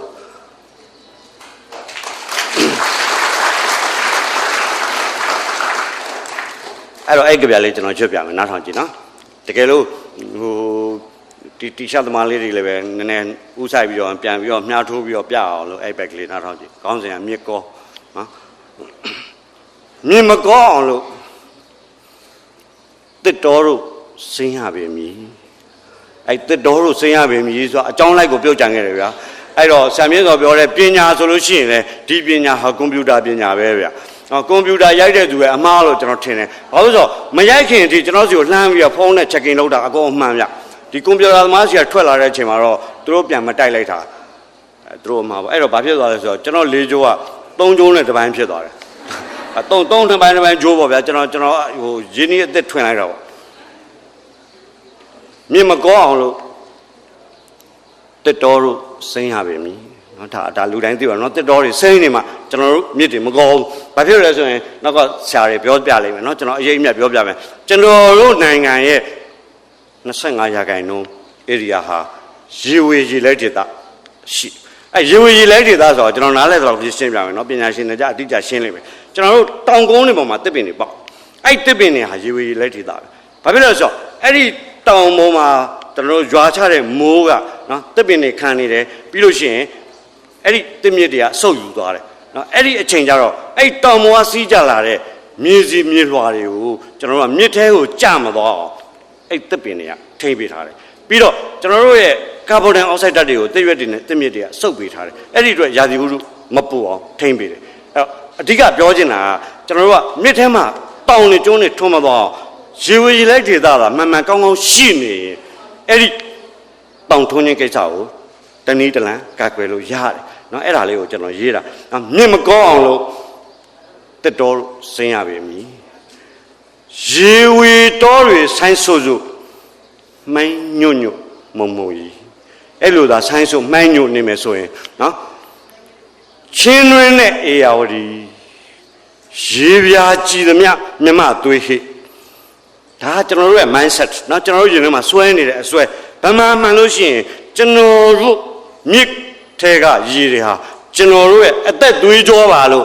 ငယ်ငယ်လေးတွေကကျွန်တော်တို့ကသင်ခန်းစာသင်ခင်းရတာเนาะကျွန်တော်တို့အသက်သွေးကြောတစ်ဖွဲ့ဖြစ်တော့ဆိုတာအသက်သွေးကြောဆိုတာအဲ့မြစ်ထဲမှာရေရှိမှအဲ့ဒီအကြောထဲမှာသွေးစီးနေတယ်လို့ကျွန်တော်တို့ယုံလို့ရမယ်အဲ့တော့အဲ့ဒီမြစ်ထဲကရေတွေဟာကျွန်တော်တို့လူမျိုးတွေရဲ့သွေးတွေအဲ့ဒီလိုကျွန်တော်ယုံတယ်ချင်းတွင်းနဲ့အေယာဝတီရေပြာကြည်သမျှမြမသွေးဟိတတော်လုံးပြောင်းအခုတော့အဲ့ဒီရေဝေဒေသမရှိတော့ပါဘူးတတော်လုံးပြောင်းတတော်လုံးလင်းမြစ်ကျင်းကတောင်တွေပေါ်တော့နောင်အရှိမမျောမြမပြောက်အောင်လို့ကိုသွေးကိုကိုပြန်တောက်ပြီလားစိုးကြောက်ဖွယ်အဖြစ်သဘောကမြစ်ကောတဲ့နေ့ကျွန်တော်တို့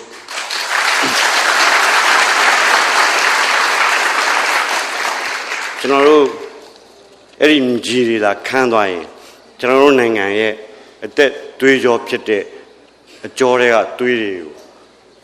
ခန်းသွားတယ်ဆိုတာလေကိုယ်သွေးကိုကိုမညာမတာရ ရဲဆက်ဆက်ပြန်တောက်ချင်တဲ့သူတွေအကြောင်းကျွန်တော်ယုံလို့ဒီတိုင်းကျွန်တော်ရေးပါတယ်အဲ့ဒါရော်ရီနဲ့ပတ်သက်တဲ့ဒုတိယကဗျာပါတတိယကဗျာတစ်ပုဒ်ကတော့ဒီပွဲလှုပ်ဖြစ်မယ်ဆိုတော့မှကျွန်တော်ရေးပြခဲ့တဲ့ကဗျာပါဒီကဗျာပဲခုနစောစောကမြစ်ကောဆိုလို့ရှိရင်2017ဇူလိုင်လနရသိမ်မဂ္ဂဇင်းမှာပါပြီးသားပါဒီကဗျာတော့ကျွန်တော်ဒါအသစ်ရေးထားပြီးတော့ဟဲဟူးမှာတော့ကျွန်တော်တစ်ခေါက်ရွတ်ခဲ့တယ်ဒါဒုတိယကြိမ်မြောက်ကျွန်တော်ရွတ်ပြမှာအဲ့တော့ကျွန်တော်ကမြေကောမှာကိုကြောက်တဲ့သူကယောဂနည်းနည်းတက်လာပြီးတော့ကျွန်တော်ကမြေကောမှာကိုမကြောက်တော့ဘူးဒီတဲ့ယောဂတက်ပြီးတော့မြေပြောက်မှာကိုကျွန်တော်စိုးသွားတာကောယုံကောနေတော်သေးတယ်ငါမြေကလေးဟဲ့ဆိုတော့ပြီးကြည့်ရလို့ရှိရင်နော်အရာဒီလေးပဲဒါလေးကအရာဒီလို့ခေါ်တယ်ပေါ့နော်အဲ့မှာတောင်းနေထွန်းပါတယ်ထွန်းအဲ့မှာဂျာနယ်ထဲမှာတွေ့မှာပေါ့ကျွန်တော်တို့ကဒီနှစ်ຫນွေတော့ဆိုရင်လေစကိုင်းနဲ့မန္တလေးကြားမှာတမန်နှစ်ခုဂျလန်တင်သင်းမောင်းနှစ်ခုဖြတ်သွားလို့မရဘူးမြစ်ကကျင်းသွားတာကောသွားတာအဲ့ဒီဟုံမလင်းကနေပြီးဆင်းလာတဲ့မော်တော်တွေသင်းမောတွေသူစိုက်ချင်တဲ့စိတ်ကန်းကိုရောက်အောင်မစိုက်နိုင်ဘူးရေနစ်တဲ့နေရာမှာပဲနေပြီးတော့လှေလေးတွေနဲ့စိတ်ကန်းရောက်ကူးသွားတယ်ပြစ်တွေကောတာပေါ့အဲ့ဒီအချိန်မှာကျွန်တော်စိတ်ထဲမှာယောဂပို့တိုးလာတော့ကောယုံလေးကောလို့ရှိရင်ဒါလေးကချင်းတွင်းဟာဒါအေယာဝတီဟာလို့ကြည့်လို့ရသေးတယ်အခုကျတော့ပျောက်သွားလို့ရှိရင်သူတို့ကမှဟိုမှာကလန်းနဲ့ခွန်တက်ကိုမြောင်းအနေနဲ့ပြလို့ရသေးတယ်ကျွန်တော်တို့မှအဲ့လိုတော့ခြီယာကြမ်းမလားလို့စဉ်းစားပြီးတော့ကျွန်တော်ဒီကဗျာကိုရေးပြပါတယ်ဒီကဗျာမှာတော့နှစ်ပိုင်းထားပါတယ်တစ်ပိုင်းကတစ်တော်အကြောင်းကျွန်တော်ရေးပါတယ်နောက်တစ်ပိုင်းကကျွန်တော်မြစ်အကြောင်းရေးတယ်ဒီမှာအဓိကပြောချင်တာကဒီတစ်တော်နဲ့မြစ်ဘာကြောင့်ပျောက်တာလဲဆိုတဲ့အဖြေကိုကျွန်တော်ရှာချင်တာအဲ့ဒီဖြေကရှင်းလေးရဗျအဲ့ဒီတစ်တော်နဲ့မြစ်ကိုမချစ်လို့ပျောက်တာချစ်ရင်ပျောက်ကြဘာမှမရှိဘူးကျွန်တော်ထုံးမဲ့ချက်မှန်ရင်မှားရင်မှားမယ်ကျွန်တော်အဲ့ဒီအတိုင်းမြင်တဲ့အတွက်ကျွန်တော်အဲ့လိုရေးပါတယ်နားထောင်ကြည့်ပါခေါင်းစဉ်ကတစ်တော်နဲ့မြစ်ကိုတိုင်းပြီကိုချစ်မှဗမာပြည်ကိုချစ်တယ်ဆိုပြီးတော့စက်ကူမှာချစ်နေလို့မရဘူးစာရွက်ပေါ်မှာချစ်နေလို့မရဘူးကျွန်တော်တို့ကပါဇက်ကအော်ပြီးချစ်နေလို့မရဘူးကိုတိုင်းပြီကိုချစ်မှကိုတစ်တော်ကိုခင်မြည်တိုင်းပြည်ကိုတကယ်ချစ်ရင်ကိုနိုင်ငံမှာရှိတဲ့တစ်တော်တွေကိုတကယ်ခင်တွယ်လိမ့်မယ်ကိုတိုင်းပြည်ကိုချစ်မှကိုတစ်တော်ကိုခင်မြည်ရေဝေတော်တွေထိမ့်သိမ့်လို့စိမ့်ညွတ်ဟိုးတောင်စီကျွန်တော်တို့ရေဝေတော်တောင်နေကိုထိမ့်သိမ့်ထားလို့ရှိရင်စိမ့်ညွတ်ပြီးတော့ကျွန်တော်တို့တောင်ပေါ်မှာတွေ့ရမှာပဲတစ်တော်နဲ့ယာသည်ဗမာပြည်ရဲ့အသက်အဲ့ဒီတစ်တော်တွေယာသည်ဥရု၃ပါးဟာကျွန်တော်တို့ဗမာပြည်ရဲ့အသက်ပဲနော်ဒီတစ်တော်တွေမရှိတဲ့အတွက်ကိုယာသည်ဥရုတွေဖောက်ပြန်နေနော်ပူရမယ့်နေရာမှာမပူဘူးနော်အေးရမယ့်နေရာမှာမအေးဘူးရေပကြက်ရမယ့်အချိန်မှာရေတွေကြီးတယ်နော်အဲ့ဒီကိစ္စနော်ဒါတစ်တော်မရှိလို့ဖြစ်တဲ့ကိစ္စတစ်တော်နဲ့ယာသည်မြန်မာပြည်ရဲ့အသက်တော်ပြုံးကယာသည်အစိုးမှာမိုးလေကဖြက်အခုမန္တလေးမှာအခုတော့ရေကြမလားတော့မသိဘူးကျွန်တော်သွားတဲ့အချိန်ထိတစ်ပတ်ကျော်နေပြီရေမကြသေးဘူးရေတွေနစ်နေတယ်အဲ့တော့ဘာလို့ဒီလိုယာစီဆိုးတာလဲအဓိကကျွန်တော်တို့တစ်တော်ပဲဒါပထမတစ်ပိုက်ပဲဒုတိယတစ်ပိုက်ကျွန်တော်တစ်တော်ကနေပြီးတော့မြစ်ကိုကျွန်တော်ကူးပါမယ်ကိုလူမျိုးကိုချစ်မှကိုမြစ်ချောင်းကိုခင်တွယ်ဒါအယောဒီဒါချင်းတွင်ဒါတန်လွင်ဒါစစ်တောင်းနောက်ဆုံးချောင်းတွေမြောင်းနေရစပြီးတော့ဒါငါတို့နိုင်ငံရဲ့ရင်းမြစ်တွေပဲအဲ့ဒီလိုခင်တွယ်မှဗမာပြည်ကိုချစ်တယ်လို့ကျွန်တော်ယုံတယ်နော်အဲ့ဒီလိုမခင်တွယ်တဲ့လူတွေကဗမာပြည်ကိုမချစ်ဘူးလို့ပဲကျွန်တော်စိတ်ထဲမှာထင်လို့ဒီစာသားကိုကျွန်တော်ရေးပါတယ်ကိုလူမျိုးကိုချစ်မှကိုမြစ်ချောင်းကိုခင်တွယ်ဘိုးဘွားအမွေအမှတ်မျိုးဒါငါတို့ကျွန်တော်တို့ကနိုင်ငံတော်အလံကိုလေးပြပြီးဒါတို့မြေဒါတို့မြေဒါငါတို့ပြေအော်နေုံနဲ့မရဘူးအဲ့ဒီတစ်တော်နဲ့မြစ်ကိုမချစ်ဖဲနဲ့ဒါငါတို့ပြေဆိုလုံနေလို့ဒါမထူဘူးဗျဘိုးဘွားအမွေအမှတ်မျိုးမျက်နှိုးနိုင်မယ်အဲ့ဒီမြစ်တီချောင်းတွေကိုချစ်မှဒါငါတို့ဘိုးဘွားအမွေနှစ်တွေပါလားလို့တမျက်တနိုးရှိနေနိုင်လိမ့်မယ် ကိုမြစ်ချောင်းကိုကာကွယ်အဲ့လိုချင့်ကာကွယ်ရမယ်တောင်းရပေါ်လာပြီမချင့်တော့ပြစ်စလက်ကထားမှာပေါ့ချစ်တယ်ဆိုရင်ပျောက်မသွားအောင်ကျွန်တော်တို့မှာကာကွယ်ရမယ်အမျိုးသားရေးတောင်းဝင်ပေါ်လာပါပြီကိုမြစ်ချောင်းကိုကာကွယ်မြမရဲလို့ကပီးထိုးအဲ့လိုကာကွယ်မှဗမာဟေ့ဆိုပြီးကျွန်တော်တို့ကပီးထိုးထားလို့ရတော့မယ်အဲ့ဒါတွေကပျောက်ရင်ကျွန်တော်တို့မြန်မာပါပျောက်တော့မယ်နောက်ဆုံးမှာကျွန်တော်ဒီလိုရေးပါတယ်ဒါကျွန်တော်ရဲ့အဓိကခံစားချက်ပါပဲ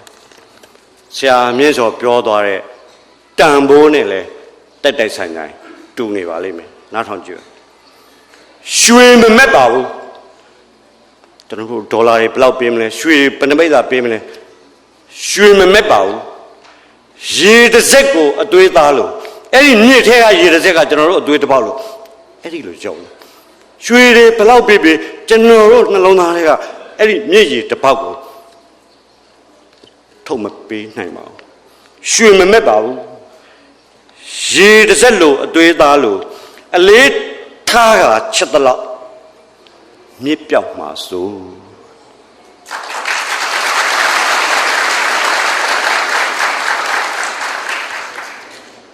ဒါမြစ်ပြောက်မှာဆိုတဲ့အသက်တော်နဲ့မြစ်လို့ကျွန်တော်ပေးထားပါတယ်အဲ့တော့မဂ္ဂဇင်းတော့ကျွန်တော်ထည့်ဖို့ကြိုးစားကြည့်ပါမယ်နောက်တစ်ပုဒ်ကတော့ကျွန်တော်နီးကုန်းချုပ်ပါတော့မယ်နီးကုန်းချုပ်တဲ့အချိန်မှာကြပြလေး2ပုဒ်လောက်3ပုဒ်လောက်ပြောပြီးချုပ်ပါမယ်ဒါကတော့မြစ်တင်နဲ့ပတ်သက်ပါအဲ့ဒီမှာဗျထူးထူးဆန်းဆန်းကျွန်တော်တွေးမိတယ်နောက်တွေးတစ်ခုရှိတယ်ဗျအဲ့အတွေးကရော်ရီတို့ဘာလို့လဲတော့မဆိုင်ပါဘူးကျွန်တော်မြင့်နဲ့ပတ်သက်ပြီးတော့ဒီတိုင်းတွေးလိုက်တာဗျအဲ့ဒါကျွန်တော်ကြပြလေးတစ်ပုဒ်လေးရေးပြပါတယ်အဲ့ဒီကြပြကတော့နောက်လောက်ဆိုလို့ရှိရင်ပါလိမ့်မယ်ထင်တယ်လုံးချင်းဝတ္ထုကတော့ထွက်သွားပါပြီခေါင်းစဉ်ကမြားဖြစ်သွားတဲ့မြစ်နော်မြားဖြစ်သွားတဲ့မြစ်အဲ့တော့မြင်ကွာမြစ်ကလည်းဘယ်လိုမြားဖြစ်မှာလဲဆိုမထင်နဲ့ကျွန်တော်ပေါ်တက်ကတွေးတာပေါ့နော်အဲ့တော့ဘယ်အစတွေးမိလဲဆိုတော့ဒါအများစုကြားဘူးတဲ့အတိုင်းပဲဗျနော်အဲ့ဒီဝင်ကနတိဝင်ကဆိုလူတန်းကြားဘူးတယ်နော်အဲ့ဒီဝင်ကနတိဝင်ကအဲ့ဒီနော်မိမတို့စီအဲ့ဒီကမိမတို့စီနတိမြစ်ကဲဆိုဝင်ကကောက်ွယ်ကြီးအဲ့ဒါနဲ့စပြီးတော့ကျွန်တော်အတွေးရတာဗျအဲ့ဒီမြစ်ကကောက်ွယ်နေရင်မြစ်ဖြစ်တယ်ဒါပေမဲ့ကျွန်တော်ရေးချင်တဲ့မိမတစ်ယောက်ကမကောက်ကိုပဲနဲ့တစ်ဖြောင်းနဲ့သွားလို့ရှိရင်မင်းမဟုတ်တော့ဘူးမြားဖြစ်သွားတယ်ကျွန်တော်ဒါပြောကြတယ်အဲမိမတစ်ယောက်တစ်ဖြောင်းနဲ့သွားတဲ့အချိန်မှာအင်မတန်လိုချင်တဲ့နေရာကိုအချိန်မီမီရောက်နိုင်တဲ့မြားတစ်စင်းဖြစ်တယ်လို့ပြောချင်တဲ့အတွက်ကျွန်တော်မြားဖြစ်သွားတဲ့မြစ်ဆိုတာရေးတယ်အဲ့တော့အဲ့ဒီမိမကနော်ရိုးရိုးမြစ်လို့ဟိုကွက်ဒီကွက်တော့စီးလို့မရဘူးသူကဘယ်ကဘာနှစ်ခုပေါ်မှာနှစ်ခုကြားစီးတယ်လေဆိုတော့ကျွန်တော်ဇက်ကောင်မျိုးသမီးကတီလှနဲ့ရဲရင်ချင်းဆိုတော့ကဘာနှစ်ဖက်ကနေစီးတာဒီဘက်ကဘာကတီလှရှိတယ်ကိုချင်းတရားဒီဘက်ကဘာကရဲရင်ချင်းဆိုတော့တတ္တိအဲ့ဒီကံဘာနှစ်ဖက်ကြားတွေကသာဖြတ်စီးရင်အဲ့ဒီမြစ်ဟာအမှန်တရားဆိုတဲ့ပင်လယ်စီကိုသွားနိုင်တဲ့မြားတစ်စင်းဖြစ်မယ်လို့ကျွန်တော်ယုံကြည်တယ်အဲ့ဒီအတွက်ကျွန်တော်ကမြားဖြစ်သွားတဲ့မြစ်ဆိုတဲ့ကြပြလေးကိုကျွန်တော်ရေးပါတယ်နားထောင်ကြည့်ပါတီလနဲ့ရဲရင်ချင်းကနှစ်ဖက်ကြားကအမှန်တရားပင်လယ်စီစီးဆင်းခရီးပြင်းနှင်တဲ့မြစ်အစီတန်းမှန်သမျှထွင်းပေါက်လိုရာခရီးရောက်အောင်အားပြင်းတဲ့မြားတစ်စင်းဖြစ်ဒါလေးပါပဲ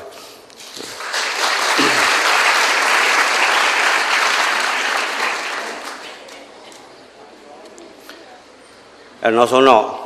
ကျွန်တော်ကအခုပြောမဲ့ကြပြကျွန်တော်ကြပြမဟုတ်ပါဘူးအဲ့ဒီကြပြကိုကျွန်တော်ဟောပြောခွင့်တော်တော်များများပြောပြပါတယ်ဒီကြပြကိုပဲကျွန်တော်ထပ်ပြီးပြောပြရစီဘာဖြစ်လို့လဲဆိုတော့နီကုန်းကျုပ်ကျွန်တော်ပြောချင်တာလေအကုန်လုံးအေအော်ရင်းနဲ့ပတ်သက်တာတွေအကုန်လုံးဒီကြပြလေးတစ်ပုတ်ထဲမှာပဲစုပြီးတော့ပါနေတယ်လို့ယုံလို့ကျွန်တော်ဒီကြပြလေးကိုကျွန်တော်ရွတ်ပါမယ်နောက်နီကုန်းကျုပ်ကြတော့မှကျွန်တော်ကြပြတူလေးတစ်ပုတ်ထပ်ရွတ်ပြပါမယ်ဒီကြပြကဥပုံညနဲ့ခစ်ပြိုင်အချုပ်တန်းဆရာဖေရဲ့ကြပြလေးပါအဲ့ဒီကြပြကိုကလေးတွေဆိုရင်ပိုသိပါတယ်6တန်းဖတ်စာအုပ်မှာအဲ့ဒီကြပြပါပါတယ်ခေါင်းစဉ်ကကျွန်တော်တို့ဖိုးတောင်သူဘွဲ့နော်တောင်သူကြီးတယောက်ရဲ့အကြောင်းကိုဆရာကြီး6တန်းဆရာဖေရေးခဲ့တဲ့ကြပြနော်အဲ့ဒီကြပြမှာကျွန်တော်တို့တွေးကြတယ်အများကြီးကြံလို့ အဲ့ဒီကြပြလေးကျွန်တော်ရွတ်ပြပါမယ်ကြပြထူးထူးဆန်းဆန်းဘာမှမရှိပါဘူးအဲ့အချိန်မှာကျွန်တော်တို့သူတော်ရဲရောက်နေတယ်ဆိုတော့မန္တလေးနေပြည်တော်ကြီးကိုတိတ်လွှမ်းတာပဲတဲ့အဲ့ဒီတောင်သူကြီးကအစပြောတာနော်ပထမတစ်ပတ်နော်သူမန္တလေးနေပြည်တော်နဲ့ဝေးနေတဲ့နေရာမှာတောင်သူကြီးရောက်နေတာနော်အဲ့ဒါလေးကိုစပြီးတော့ကျွန်တော်ရွတ်ပြပါမယ်နားထောင်ကြည့်ပါလွမ်းမပြေမမ်းမြေတမြေတော့မန္တလေးနေပြည်တော်ကနေအဝေးရာထဲရောက်နေလို့တော်ထဲရောက်နေလို့သူလွမ်းနေအကြောင်းနော်လွမ်းမပြေမမ်းမြေတမြေလို့ကံကြီးမှာစိုင်းရည်စားရင်းနဲ့ဖြန်းလီကတတုံလုံးရာသီဥတုကိုစပြတယ်နော်မန္တလေးကနေပြီးတော့ဟိုးနေပြီးတော့နဲ့ဝေးတဲ့တောမှာတောအရက်မှာနော်ဒါစမ်းကြောင်းလေးတွေလည်းရှိတယ်လေရလည်းတိုက်နေအင်မတန်ချမ်းအင်မတန်အေးတဲ့ကာလတစ်ခုကိုကာလကိုစပြတယ်လွမ်းမပြေမမ်းမြေတမြေတော့ကံကြီးမှာစိုင်းရည်စားရင်းနဲ့ဖြန်းလီကတတုံလုံးအဲ့လိုချမ်းတော့ဘာလုပ်လဲတဲတစ်ဖက်ဆွဲဖြစ်ခါအရင်လိုရော့ထင်ကရင်အိုရာပြင်ကြီးမှာမိထဲလို့လုံးချမ်းလိုက်တာဆိုတော့ကိုနေတဲ့တဲကိုဖြက်ပြီးတော့မိရှို့ပြီးတော့မိဘိုလေးဖိုးပြီးလှုပ်တတိယဘက်မှာကျတော့မိလုံဝင်မဲ့ဒီရှေ့ရတာပဲအေးတောင်ကာကွယ်နိုင်တာနောက်ကချမ်းမလုံဘူးဆိုတာလေးကိုဆက်ဖွဲ့ပါတယ်မပူပါနောက်စီကချမ်းရောထင်အဖြူဆောင်ခောက်ထဲချမ်းကိုတော့လွမ်းမာလို့လွားကချုံပန်းမှာငုံမာတဲ့နှုတ်ရွှေကွန်ရှေ့ရလဲမီးနဲ့နောက်ကလည်းစောင်းလေးနဲ့အချိန်တွေ့သွားပြီကွန်လေးပါသေးပါပစောင်းမှာမြုပ်ပြီးတော့တောင်သူကြီးမီးလုံနောက်ဆုံးဘက်ကျတော့ရာသီဥတုပြောင်းသွားပြီဗျနင်းနေမရှိတော့နေထွက်လာတယ်အေးတက်ကပြဲသွားပြီတိုက်ချိန်တော့အဲ့တောင်သူကြီးဘာလုပ်မလဲဆိုရာထဲသွားတော့လှုပ်တော့သူယူနေကြလွယ်ကိုယူဘေးမှာကောက်ပြီးလွယ်လိုက်တယ်နားလို့ရှိရင်တောက်ဖို့ဆက်လိုက်တူလေးတော့နားမှာညှက်လိုက်သေးတယ်အဲ့ပိုက်ကိုနားထောင်ကြည့်နော်ဘေးအိတ်ကိုရှူဆက်လိုက်တူနားမှာထိုးပါလို့တောင်ရိုးမှာဘာသာသူတို့ကွင်းအငူနှင်းမြူကဆဲပြန်တော့အဖိုးခေါ်ဖိုးစော်ကဲတို့ရဲ့တဲပြက်တဲ့စခန်းနောက်ပြန်ကြည့်လိုက်တော့နေစရာတဲမရှိတော့ပြောချင်တာကချမ်းလို့ဆိုပြီးတော့ချမ်းတာလောက်နဲ့ကိုနေတဲ့အဆောက်အုံကိုဖျက်ပြီးမိလောင်ရတဲ့တောင်သူကြီးဒီနေ့ကျွန်တော်တို့တက်တော်တွေဒီနေ့ကျွန်တော်တို့မြစ်တွေအဲ့ဒီကြပြားတွေကတဲလို့မဖြစ်ဖို့ရေးကြည့်ပါအဲ့ဒီကြပြားဟာအဲ့ဒီထဲမှာမနေပဲနဲ့နော်ကျွန်တော်တို့အပြင်လောကဒီနေ့ထိရောက်နေပါတယ်ဥပမာတစ်ခုကျွန်တော်ပြောပြမယ်ဆိုရင်ကျွန်တော်တကယ်ရင်တယောက်နော်တိတ်မကြသေးခင်ကျွန်တော်မှတ်မိနေကျွန်တော်ကဘောလုံးတခြားမသိတော့နော်မှားချင်လည်းမှားမယ်မန်ယူနဲ့ဘာစီလိုလာလာမသိကန်တယ်သူ့တိုက်သူရောင်းပြီးတော့မန်ယူဘက်ကလောင်းလိုက်ပါသွားလေအဲ့တော့အဲ့ဒီကြပြားတွေကတောင်သူကြီးမဟုတ်ဘူးလားတောင်သူကြီးကသူ့တဲသူဖြစ်တယ်ကျွန်တော်တကယ်ရင်ကသူ့တိုက်သူရောင်းတယ်ပြီးရင်ဟိုကမီးလုံတယ်သူကဘောလုံးပွဲလောင်းတယ်ကုန်ပြီလေနေတာမရှိတော့ဘူးအဲ့တော့အဲ့ဒီလိုပြန်ကြည့်ရင်ကျွန်တော်တို့ဘေးမှာခင်ဗျားတို့ဘေးမှာကျွန်တော်တို့ရက်ွက်ထဲမှာခင်ဗျားတို့ရက်ွက်ထဲမှာအဲ့ဒီလိုတောင်သူကြီးတွေအဲ့လိုအဖြစ်စည်းခံရတဲ့အရာတွေတဲတွေဘယ်လောက်များလဲနောက်ဆုံးကျွန်တော်တို့လူငယ်တွေကိုယ်တိုင်တဲတွေဖြစ်မသွားဖို့ရေးကြည့်ပါမယ်အဲ့ဒါလေးတော့သတိထားဖို့ပြောချင်ပါတယ်အဲ့တော့အဲ့လူငယ်တွေနဲ့ပတ်သက်တဲ့ကြပြလေးပြောရင်းမယ်ကျွန်တော်ဟောပြောမှုကိုနေကုန်းချုပ်ပါမယ်ကျွန်တော်တနားကြီးပြေကနီးနေပါပြီ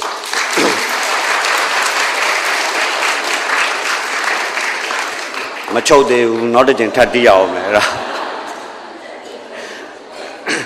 အဲ့ဒီကြပြခေါင်းစဉ်ကသမိုင်းနဲ့သမိုင်းဆိုတာကြပြလေးကတူတူလေးပါ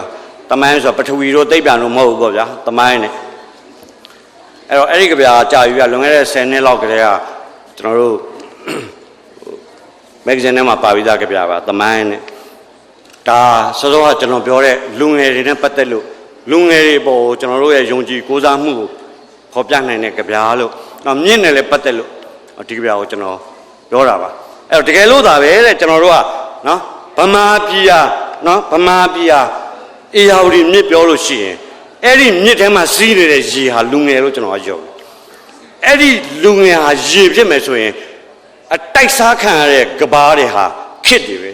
အဲ့ဒီခစ်တွေကိုရုပ်လုံးဖော်ဖို့အတွက်အဲ့ဒီရေတွေကတိုက်စားပေးရမှာလှအောင်ခင်ဗျားတို့တိုက်စားပေးရင်လှတဲ့ခစ်ကိုဖြစ်လိမ့်မယ်ရုပ်ဆိုးအကြီးတန်းအောင်ကမ်းပြောင်းအောင်တိုက်ရင်အဲ့ဒီ ကဘာတွေအယုတ်ဆိုးအကြီးတန်းသွားလိမ့်မယ်